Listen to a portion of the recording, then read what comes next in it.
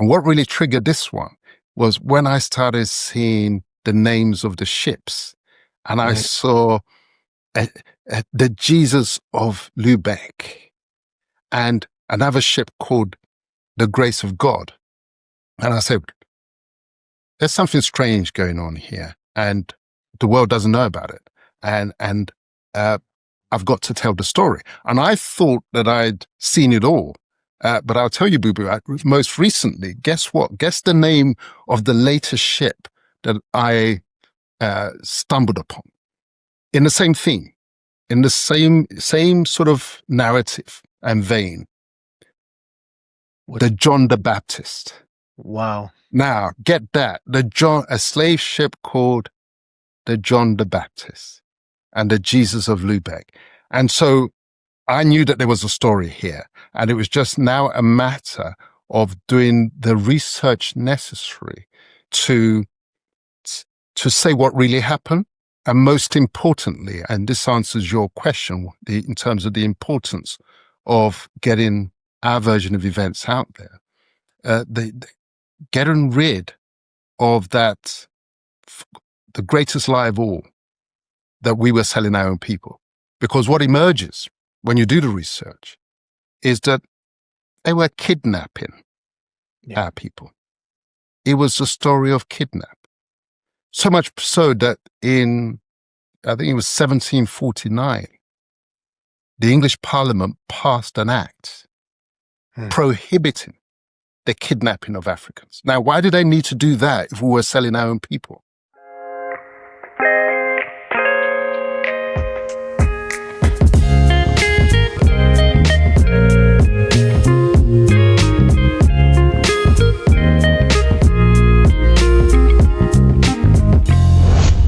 To a Broaderlands podcast. The opinions expressed on Broaderlands podcasts are those of the guest speakers and do not necessarily reflect the views of the host or Broaderlands podcast.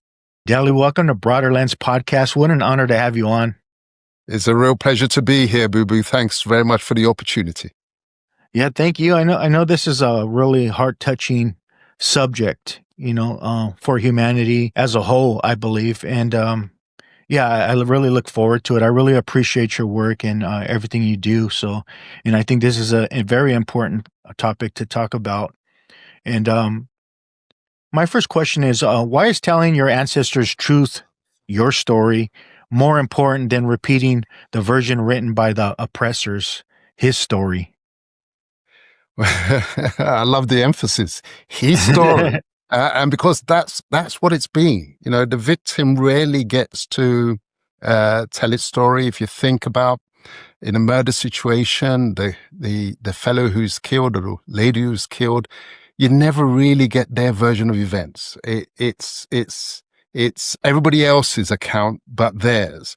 And the most critical one is the victim story. And up to now, partly because on the back of so-called abolition, the next step, as I explain in the book, was colonization. And so there was no break for us to be able to tell the story because immediately abolition happened, our throats were gripped by colonization. So the narrative was controlled right from the get-go. And it's only now that, and this is largely because of the diaspora community. Most of us who are writing these stories are either African Americans in America or those of us Africans in parts of the old colonial capitals, as I am in London. We get the opportunity to sit down and say, what really happened? And that really was my story. I was troubled by the narratives that I was hearing, especially the tale that we were selling our own people. And I was very uncomfortable with that. Something didn't sit right with that narrative. I had grown up in, not in the city of Lagos. My formative years, my early years, were in the village with my grandmother. And I knew the culture of our peoples. we didn't really need much. Nature was very, very generous and kind to us. And so therefore there was no instinct for cruelty and instinct for selfishness because it was a land of abundance. So the idea that those same peoples were then selling their own into slavery just instinctively didn't hang right. And the curiosity about what really happened set in from that point. But you then got to wait for the opportunity to do the research. And that came deep into my practice as a lawyer, and was assisted by the experience of being a trial lawyer in particular, because as a trial lawyer, you're used to investigating evidence and joining the dots, and everybody comes to court and says, I promise to tell the truth, the whole truth and nothing but the truth. But that that's not what they've come to do. They've come to tell their version of it. And it's your responsibility as a lawyer to get to the heart of the matter, to join the dots. And so when I started reading into educating myself, because the establishment was never going to teach us what happened. There were too many skeletons in the cupboard. It was never in their interest to come out and tell the story. So you had to do it yourself. It's a DIY exercise, and reading one book after another. And then you start seeing signs, fingerprints, the blood trails as to what is the real story. And what really triggered this one was when I started seeing the names of the ships, and I saw the Jesus of Lübeck and another ship called the Grace of God. And I said, there's something strange going on here, and the world doesn't know about it. And I've got to tell the story. And I thought that I'd seen it all. But I'll tell you, Boo Boo, most recently, guess what? Guess the name of the latest ship that I stumbled upon in the same theme, in the same sort of narrative and vein. The John the Baptist. Wow. Now, get that. A slave ship called the John the Baptist and the Jesus of Lübeck. And so I knew that there was a story here, and it was just now a matter of doing the research necessary to say what really happened. And most importantly, and this answers your question in terms of the importance of getting our version of events out there, getting rid of that, the greatest lie of all, that we were selling our own people. Because what emerges when you do the research is that they were kidnapping our people. It was a story of kidnap. So much so that I think it was 1749, the English Parliament passed an act prohibiting the kidnapping of Africans. Now, why did they need to do that if we were selling our own people? Why did Parliament need to pass an act prohibiting the kidnapping of Africans if we had for sale signs hanging on our coasts, say, coming over and help yourself to it? The reality was this, and this was what was important to get across, that because nature had been so kind to us in one respect in terms of its abundance, etc., we wanted nothing. There was nothing we lacked. And on the other hand, nature, especially the west coast of Africa, had sealed us off from the rest of the world. So when you went to the coast, if you go to Bar Beach, Lagos, or any of the beaches on the west coast of Africa, similarly in Ghana, etc., go to Accra, go to the beach, all you see is water ahead of you. All you see. There's no land in the horizon, even on the clearest day. You see, our people were regarded almost as the end of the world. And on the other side, we were hemmed in by the Sahara Desert. So if you go to that end, all you see is desert. And so we were in this sort of silo, cocooned off from the rest of the world. But as I said, we needed nothing from the rest of the world. So when they came along the coast, we were unsuspecting. A bit like the native Indians. I remember speaking to a Native American chief in the States, and said when they came, they were hungry. They'd been on the oceans for weeks and months, and we had plenty. So we, the spirit of sharing, community, was what took over the relationship until they come back again and realize the nature of our peoples, and they've checked out the weaponry that we pose, offer no resistance, because that was not our culture. It was not a culture of violence. And then the relationship changes very fundamentally. So I needed to get rid of the lie that we were selling our own people. We weren't. They were kidnapped. And that was the nature of the enterprise. And secondly, and perhaps more importantly, I needed to tell the real story of abolition, because we had been written out the script, even though the real story of abolition was not as they would have us believe, that there was sudden change of heart and conscience, a realization that it was immoral and evil. It was forced upon them by the resistance of the enslaved themselves. And as I explained in the book, it started with the American War of Independence, when the code of slavery was broken. And that code, the fundament of it, was you don't teach the Africans how to use weapons. And it was in the exigency of the war situation, where the British could not take enough troops across the Atlantic to fight the American rebels, that they turned to the enslaved Africans and said, fight for us. When we win, we will free you. You're free. In fact, it's not a question of we'll free you, you're free. That assumes, of course, that the gamble pays off, because the stake was our lives. The enslaved were staking their lives for their freedom.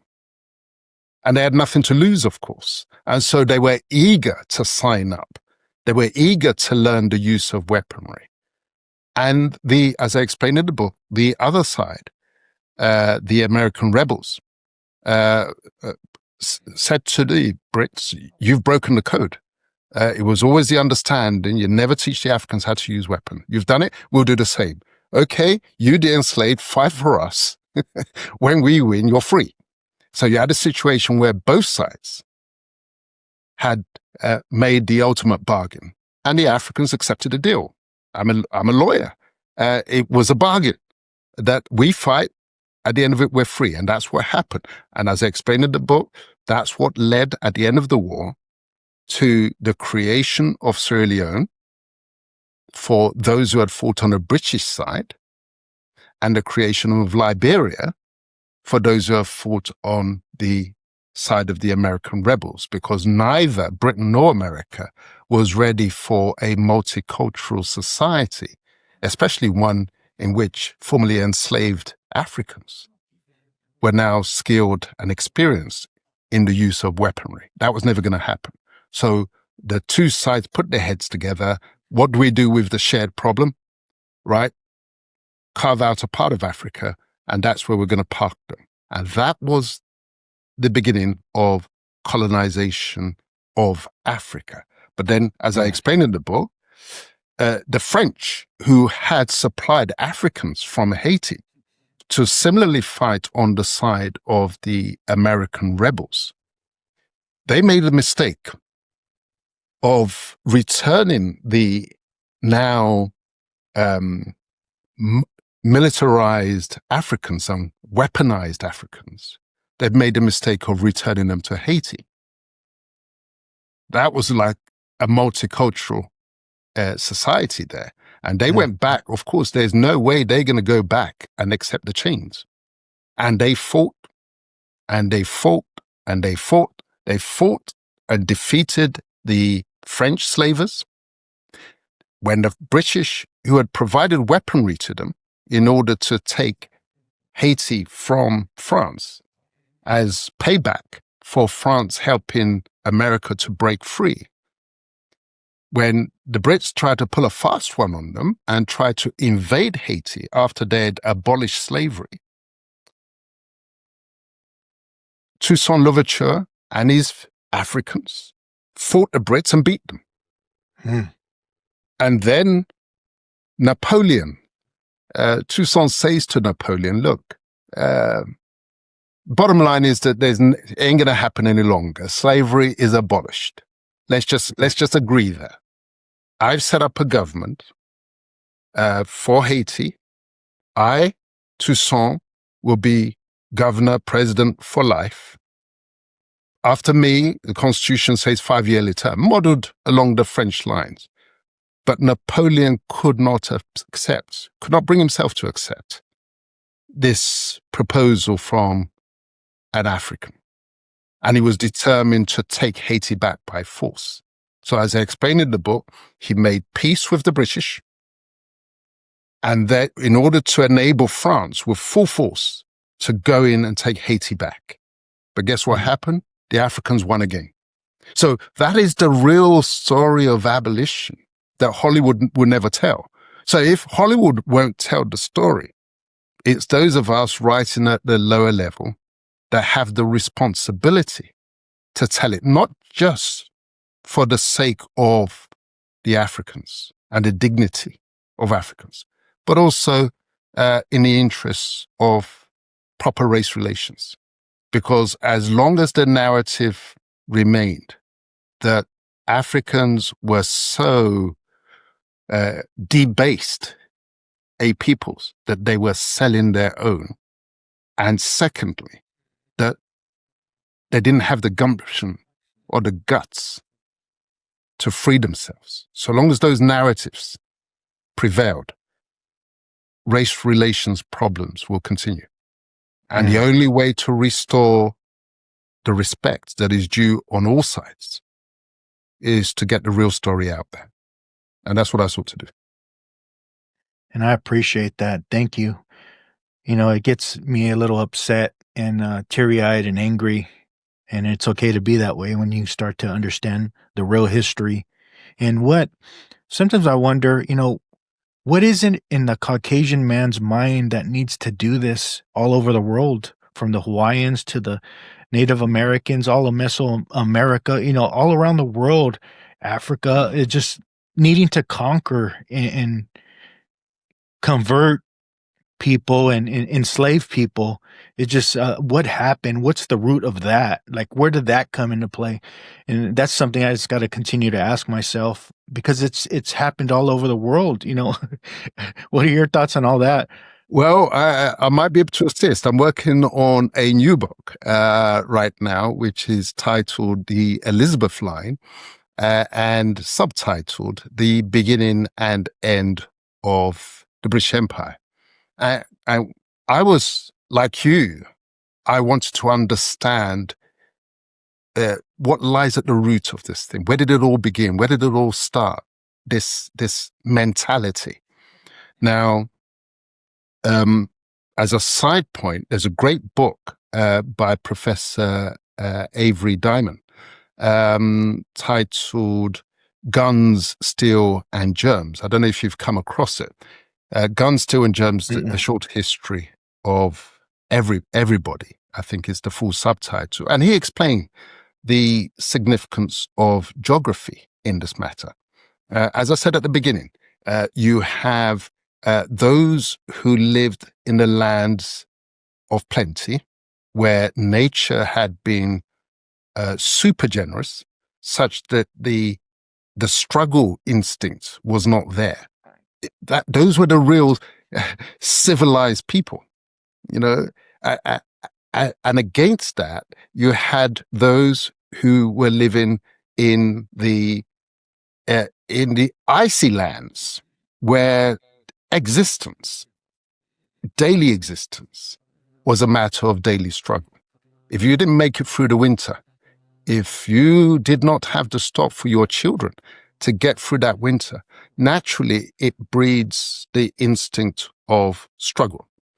And geography is a big part of that. I don't do sufficient justice to Professor Avery Diamond's analysis, but he does explain that very, very clearly. So that's where the instinct comes from. The struggle society as against the environment in which nature has been so blissful that there's no need for struggle. Now, that's one part of it. But I was curious as to the sort of the political stroke social influences that now took those instincts to a higher level. And in the new book, is curious to find that they started in England at least, and much of Europe was the same, as a community of fishermen.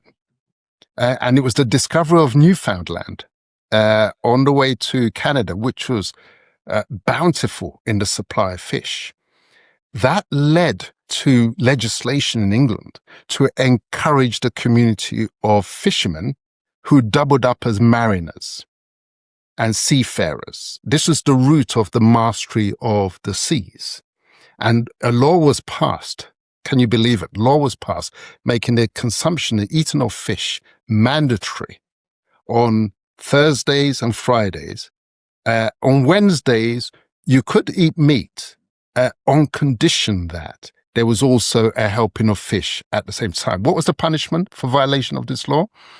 You've a fine of £3. And think about a fine of £3 in 1560s. You get a better indication of it when you know that the alternative to imprisonment, to the fine, was imprisonment for 3 months. That's how the community of fishermen started. They greatly expanded that community with this legislation. But when the market bottom fell out of the market, because of course the other Europeans, the French, the Spanish, they were all chasing the same stock. That now produced redundancy in the community of fishermen. And what did they switch to? Piracy. And now this is where the community of the Sir Francis Drakes came from, because now the new enterprise was driven by greed, such that even the labor of catching fish was too much. It's much easier now to be raiding Spanish ships that were on the way back from Peru with silver and all the rest of that. And that was encouraged by the British establishment. Now, you must separate the adventurers on the oceans. They themselves call themselves the water thieves. You must separate them from the people at home, because the people at home didn't know how this thing was being done. All they knew was that these guys sailing the seas were coming back with massive bounty. In fact, in the case of Sir Francis Drake, his famous journey around the world, I understood the outlay, the investment was just a mere £5,000. £5,000 in, the 1580s, 1590s. A lot of money. But what was the return? The return on Drake's voyage around the world from piracy was £600,000. Now look at that return. So when you're looking for where did the instincts come from?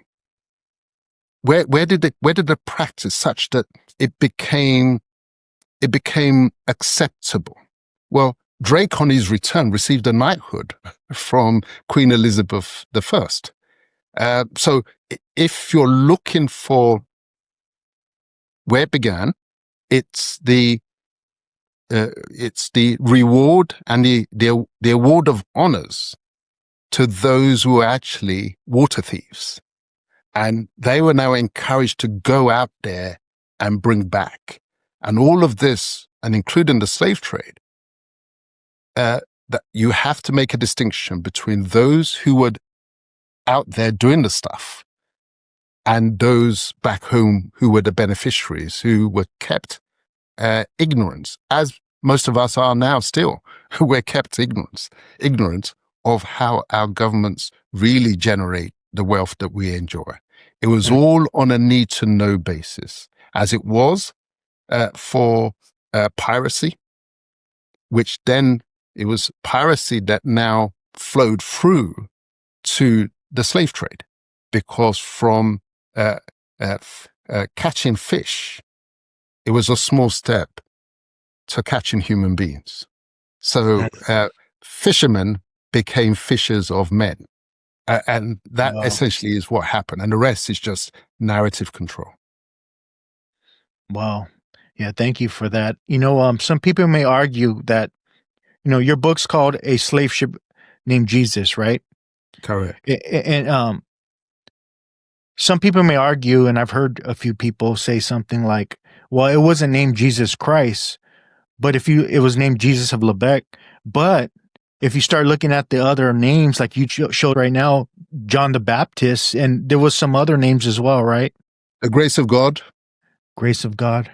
So context helps you to understand. If they try to isolate the Jesus of Lübeck and say, oh, it wasn't Jesus Christ, well, which other Jesus was it?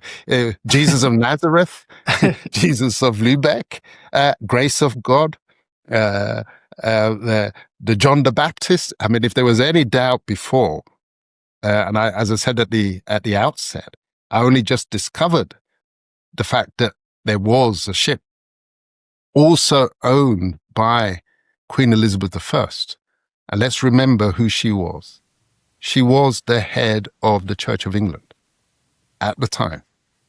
And these were her ships, the Jesus of Lübeck and the John the Baptist. Now, those weren't the only ships that she owned, but those are the ones she chose to devote to this evil enterprise. And you get a clue as to why this was happening from the logbook of Christopher Columbus, which I was fortunate to come across.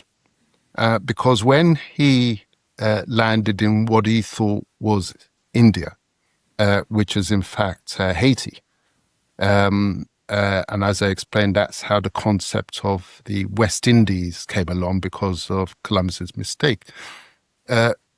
Of course, the indigents of Haiti were curious as to where these people came from, who look so different, and they've come over the oceans. You can imagine the trauma that the indigenous peoples experienced. And what Columbus is in his book, is in his logbook, when in answer to the answer that they gave to the native Indians of Haiti in terms of where they came from, was that they came from heaven. And so you now begin to understand where the religious connotations were coming from. And then also remember, and this is very important in terms of the religious dimension, it wasn't just the head of the Church of England that was complicit in this evil enterprise with a holy name. It was also the Pope, because it was the Pope that was issuing the official license, the papal bulls, as they were called, authorizing, legitimizing these evil enterprises. And so it's no surprise that the ships will be called the saint this and the saint that, because the church, both Catholic and later Protestant, they saw nothing evil in this enterprise. For 100 years, 200 years, 300 years, it showed that these, and I was curious to understand the nature of faith in these societies at the time. Again, what you find, and what I hope I brought through in the book, is that the ordinary people were true believers. They were going to church in fact, they were under compulsion to go to church. Church attendance was compulsory.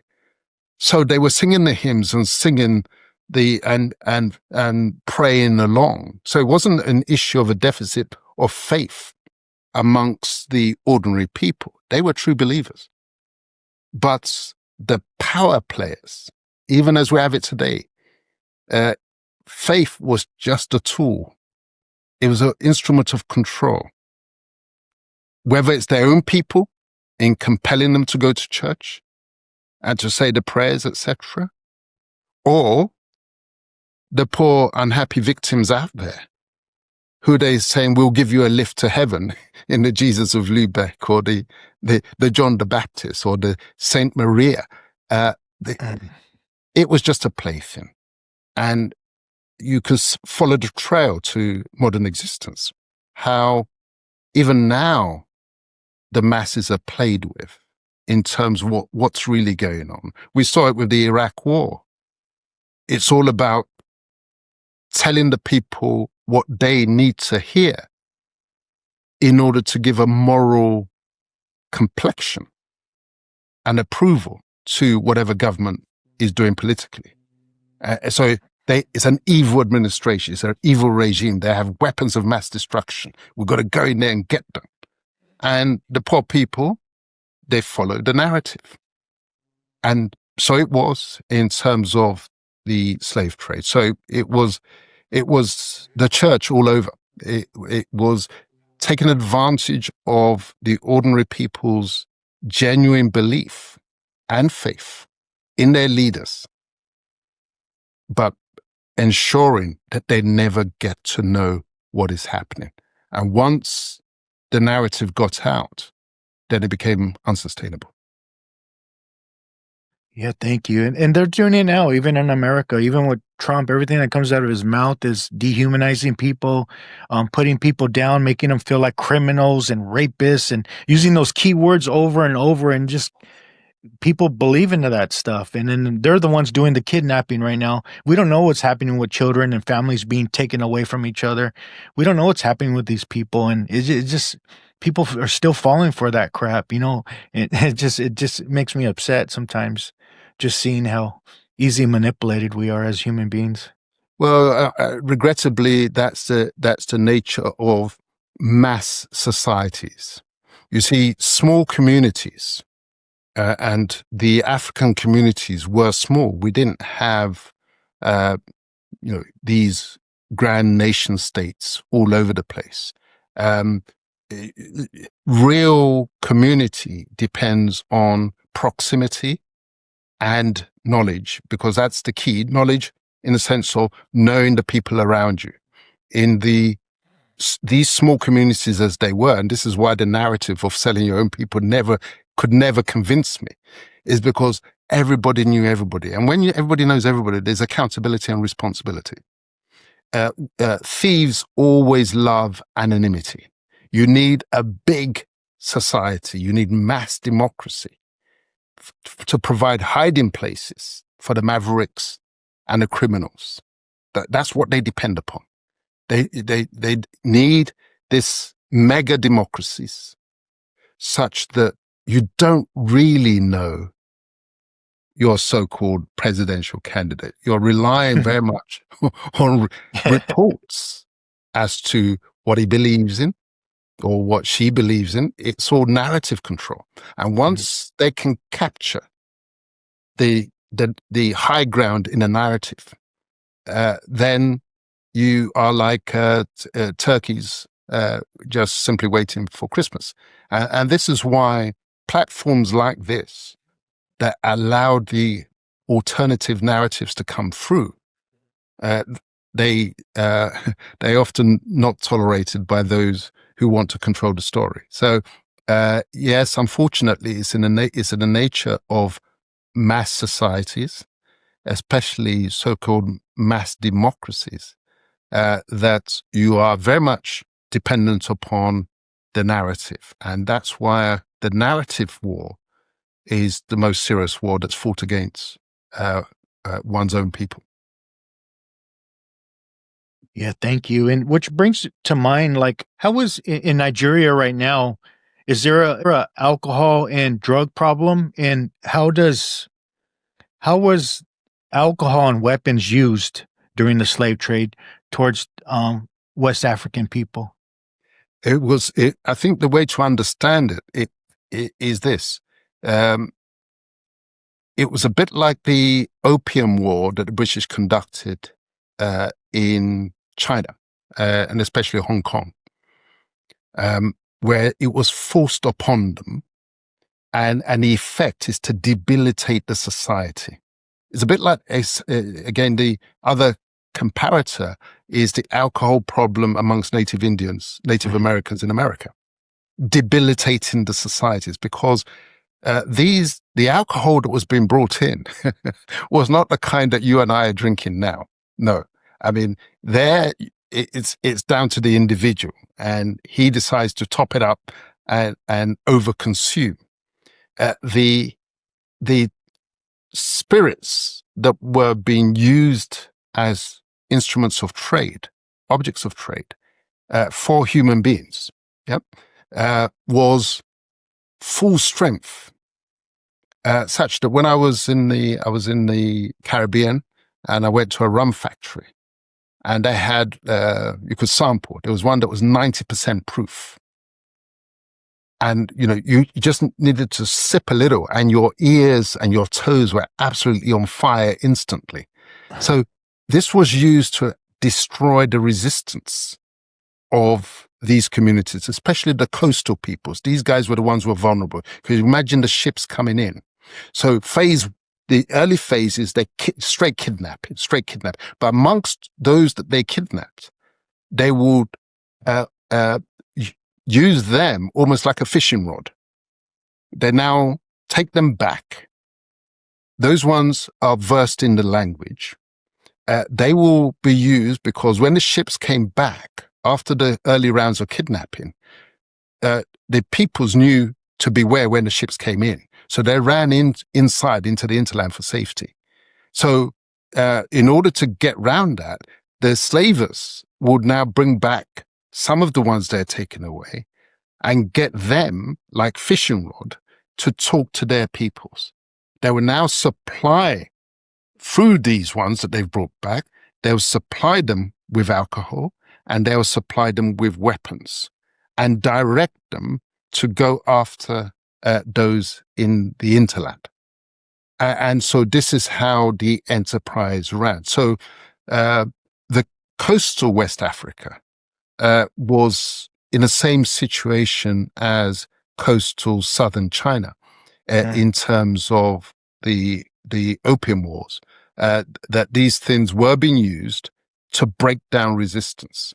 And later on, faith itself was being used to break down resistance.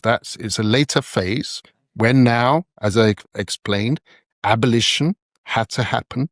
Now was the time that started, especially in the British case, started Christianizing the peoples, again, to break down resistance. Because if the Bible is teaching you turn the other cheek, and if somebody takes one eye out, you don't take the other eye out. It's forgiveness. You're teaching forgiveness, and you're teaching them that blessed are the meek, because they shall inherit the earth. So these were the alcohol, the Bible, were all instruments in dropping the guard and breaking the resistance of the peoples to that which was being introduced into their societies. And also bribery. You mustn't lose sight of that, because what was the basis of the trading relationship?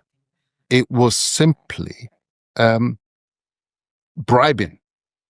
And if there were leaders and chiefs and kings that were resistant to the offer of bribes or to the importation of alcohol into their territories, the ones who genuinely were seeking to protect their peoples, those were removed, those were deposed, those were killed off. And others will be planted in their place, the ones who are more compliant. And so this was the genesis of much of the ills that we see today, not just in Nigeria, right across the territories that were afflicted by this evil enterprise, because the governance systems, the protectors, the brakes, that the insulation cultural installation that we had in place, they all had to be dug up in order for the trade to thrive and to be successful. All resistance had to be broken down. And what was left behind were all the instruments of the slave trade, colonization, which continues to the very day. So that's why we have the crisis. That's why you have this crisis of governance today in Nigeria. There's a crisis of legitimacy because Nigeria itself was not made by Nigerians. People lose sight of that. It was made by the slavers who turned into the colonizers. As the slave master became the colonial master, and the colonial master designed Nigeria, and the colonial master configured the political order that will now shape those who emerged to occupy the throne that he had created. And so these issues haven't gone away. This is the importance of the narrative. They're still with us to this day. And that's why it was important for me to not just help my own people, but help the rest of the world understand why Africa is the way it is. And it starts with these early violations, but which persist. I got into a discussion with an Englishman the other day. I said, "Oh, these things happened a long time ago." And I said, "Really? You only need to look at the Tower of London and ask them, when was that constructed?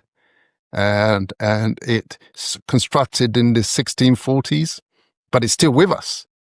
And likewise, these legacy issues, until they are taken down, and Africans have not been in a position to take them down for the reasons that I explained, that immediately on the back of abolition came colonization.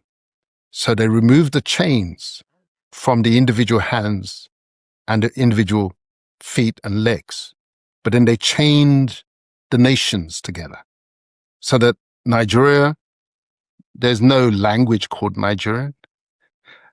There's no language called Nigerian. There are 371 previously self-governing ethnic groups that were thrown into the pot and called Nigeria. 371 that were previously running their own affairs before this trespass. And then they were chained together by the British colonialists and called Nigeria. And they are asked to run in competition with the rest of the world. Wow. Where if you're running with chains around your feet, you ain't going to run very fast. That's just a reality. And this is why I write what I write, in order to help move the process forward. There's only so long we can keep looking backwards and, as they like to say, keep blaming. Well, I use the example in law that if you've hidden, if you, the contractor, have hidden your negligence, you've built me a house with 40 foundations and you've covered it up, the clock, in terms of limiting your liability and responsibility, doesn't start running until the earliest date in which I could reasonably have discovered what you did and what you've done. And what you did was to bury it. And it's only now that books like A Slave Ship Called Jesus are coming out. And so the clock is only just beginning to tick in terms of changing it. And so, yeah, that's why I write. I appreciate that. How do you look at Christianity now and Jesus? Well, I was raised. I was. My mother. I'll let you into the story. My mother is the head of a Christian church, and I was raised in that environment. And I approached it with an open mind. I've always been intellectually curious. And so as a young child, I attended church, Sunday school, and I took real interest in the stories, real genuine interest with an open mind. But I guess I've always been a critical thinker, and such that there was stuff that just didn't make sense to me. And in the contest between but what I should believe, then reason, I've refused to shut it out. And so when I was reading the story, I forget which of the prophets it was. I think it was Prophet Elijah. Was that the bald one? It was either, I get the two of them confused, Elisha or Elijah. Yeah. And some children were taking a mick, use modern language. They were taking a mick out of the baldy and say, go up, baldy, go up, baldy. And he turned around and pointed his rod at them. And in that instant, the bears came out of the forest and tore the children into pieces. And I said, and this was young me, I said, how cruel is that? Just because they were calling you names. I don't think I can buy into this narrative. So the believers will say, oh no, it's telling a different story. Well, this is what I say, that the Bible is a very, very sophisticated work of literature. It's a bit like Shakespeare. If you're reading Shakespeare's works, it requires a high degree of literacy, an exceptional degree of literacy to understand the narrative. Now, that being so, if you then put it out into the hands of ordinary people, don't blame them for taking a literal approach to what they're reading. Because if you, the believers, are saying, oh, well, in order to understand what's really going on, you need somebody to interpret it for you, why are you putting the Bible into the hands of ordinary people? It becomes dangerous because you expose them to a hazard, the potential to misread and misunderstand what is being said. So you can't have it both ways. And that was my attitude to faith, to really. And it's not just the Bible; it's the Quran as well. All these works of literature, and as a writer, I know the critical importance of the narrative, of the power of words on the human mind. When I'm writing, I'm seeking to persuade my reader to come along with me in terms of how these events should be looked at and should be understood and should be seen. And so therefore, when these books, the Bible and the Quran, are pushed out there into the hands of ordinary people, then it needs to be understood that they're liable to mislead. Because if the believers are saying, well, the message needs a filter, then don't go pushing it out there in the way that you're doing. And so when it comes to issues of faith, my interest is very much intellectual rather than spiritual. I think that faith is, I look at it almost like an atlas, a street map, a road map. Some people know the way. They don't need to look at the map. Others, they don't know the way, and they're looking for an aid and instruments to guide them, to help them. So they're not intrinsically bad, but like anything, they are liable to be misused. And the problem with modern society is that the innocence are left at large to be taken advantage of by those who will misuse Scripture. They will misuse the Bible, and they will misuse the Quran. And they're dangerous objects.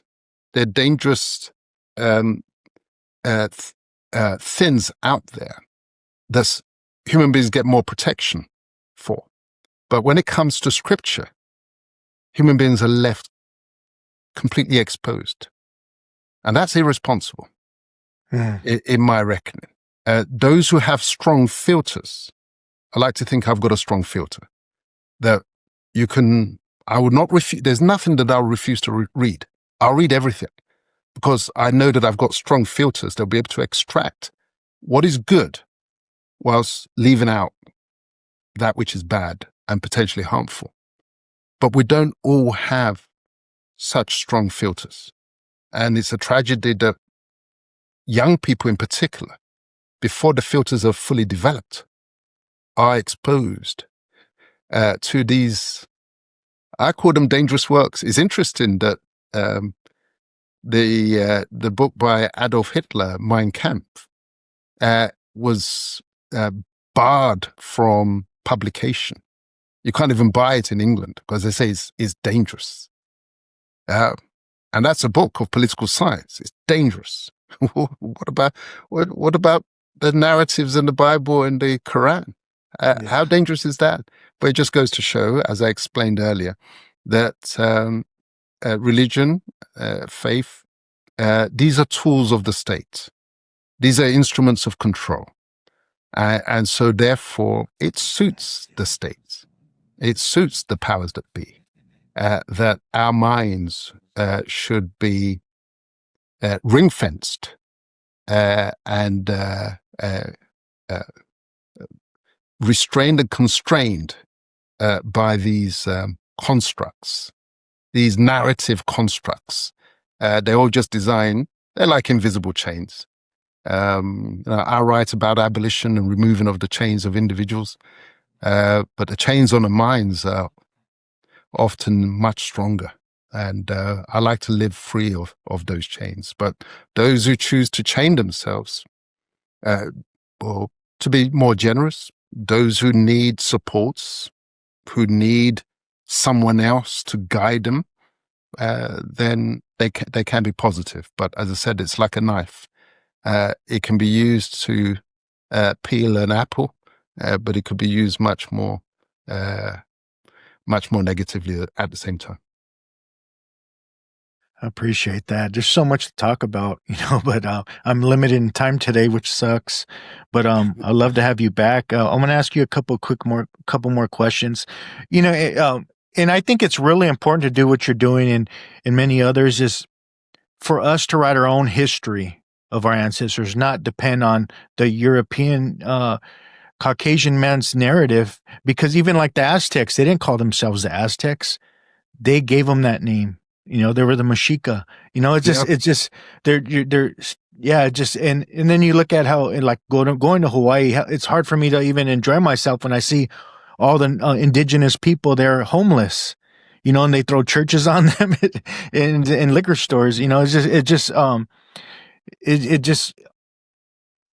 have family members from Samoa, and it's like we're forgetting our roots. We're forgetting our ancestral narratives, and we're just get caught up in this Jesus story and the Bible and what they want us to believe in, and forget our own roots, and made it look like we're heathens, we're savages, and and it's just, I think it's very important. And I think we're having a collective awakening. The more and more we can do that and have more equality and unity. I look at as a little boy, and anytime I would watch a man in the Hollywood that looked like me in this spacesuit, he was illiterate, he was a rapist, he was a drug dealer, and it's like, and then there's always the white man that's saving the world. Like, what's that programming already in my mind as a little boy? It's just. So I appreciate it. It's all about narrative, you see. The narrative is much more powerful than even weapons, because narrative, it kills on a generational level. The bullets will kill you, the individual, but the narrative will kill you, your children, your children's children, for as long as that narrative is unchallenged. And because they control the high ground in communications, the bookshops are full of their version of events. The Hollywood is full of their version of events. And so it's so important that we fight back aggressively. And the truth always prevails at the end, you see. The truth will come through louder, even though it speaks in a whisper. Against the lie, it will come through strongly. And so we, the indigenous peoples of these lands, we must strongly reject this narrative of they brought civilization. Hell no. We were the civilized peoples because, as I said, nature had been generous to us. We didn't need anybody else's resources. That's why we didn't go sailing to other people's lands. It wasn't sort of a cruise ship that they were on then. Now they sail around the world on cruise ships. Then it was a struggle for survival. And it was always, it started from resources from other people's lands. Because in their own lands, and that's why they were very adept in warfare, because that was the key to survival in the lands, in the temperate lands, in the lands of ice and winter. That was the key to survival. And using the aptitude for killing and conquest, it then carried over and brought it to our lands. Now, so the barbarians can never bring civilization. These were lands of barbarism because nature forced it upon them. You know, you had to kill to survive. There was really no other way. And they brought that experience, the aptitude, the sophistication of the arts and the science of death to our lands and left the barbarism with us, taking the fruits of our lands. And so we've got to restore the confidence of the victims, because that's the thing that their narratives were out to damage.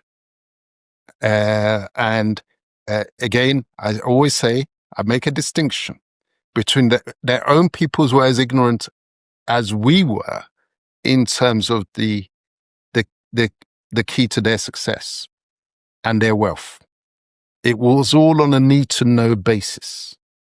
It was all done out there to other peoples. And all that came back was the Hollywood version of how they came about these riches. The reality is what we experience. And that is the story that we're now just beginning to tell. Yeah, I appreciate that. My friend Anthony Browder wrote a book, and he said one of his books is revisiting the movie Avatar. And it's a great book, and he really dissects the meanings of that movie. And but one thing I love is in the book, he always showed how indigenous people from around the world always had acknowledged the oneness and with nature. Like there was no separation. It was all one. And I really appreciate that, because in the Christian narrative, like we were savages and like we were like animals, like worse than animals in many ways. But who's doing the killing? You know, here in Arizona, there's Herd Museum right here, and it shows all the boarding schools. I don't know if you've heard of the boarding schools, what they did with Native people. Oh, yeah. And they cut their hair, they molested them as children, they gave them new names, new identities, and they got punished if they, you know, utilize their own ways. and it's like educating the Indian out of the Indian, they would call it, and it's just really sad. That is right. We're short on time, but I have one more couple quick questions for you. If you can speak to your ancestors right now with words of compassion and love, what would you tell them today? I'll say to them, you were never to blame. It was never your fault. We now know what really happened. We know that you are good people. We know that you were the real civilized people. You are merely the victim of the hunter's narrative. We know that you weren't barbarians. You weren't, what's the language they always used to use? Every story, every history book is never complete without them telling the stories of cannibalism.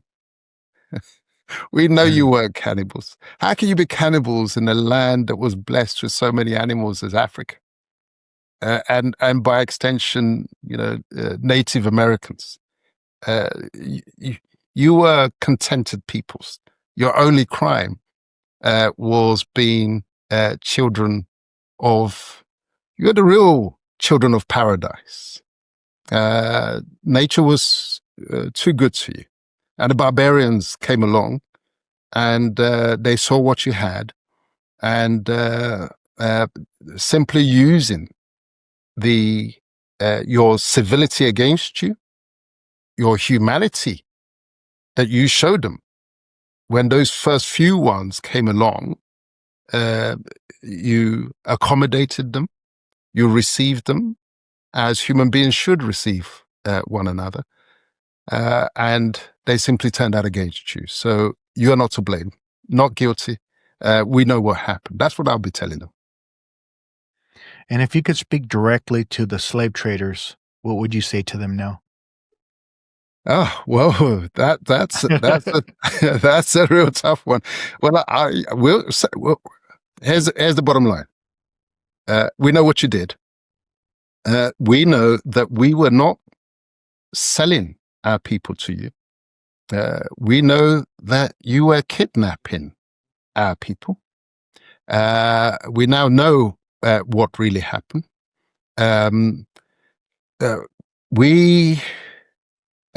Shall we say that you are forgiven?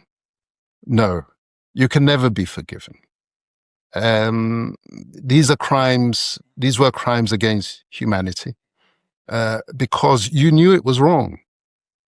And the reason why I say you knew it was wrong is that you went the extra mile to keep the story of what you were doing, the reality of what you were doing, to keep it away from your own people. If you knew that what you were doing was acceptable by the values of your people, you would have not kept the enterprise offshore in the Caribbean islands and in the Americas. What you did was a triple violation of humanity. You kidnapped, you genocided the indigenous peoples of the Caribbean in order to create the space for your plantations. And to top it all, you committed the most incredible environmental degradation, because we knew that those lands were forested lands, you see, and we know now what you use the enslaved to do to clear those lands for your plantations.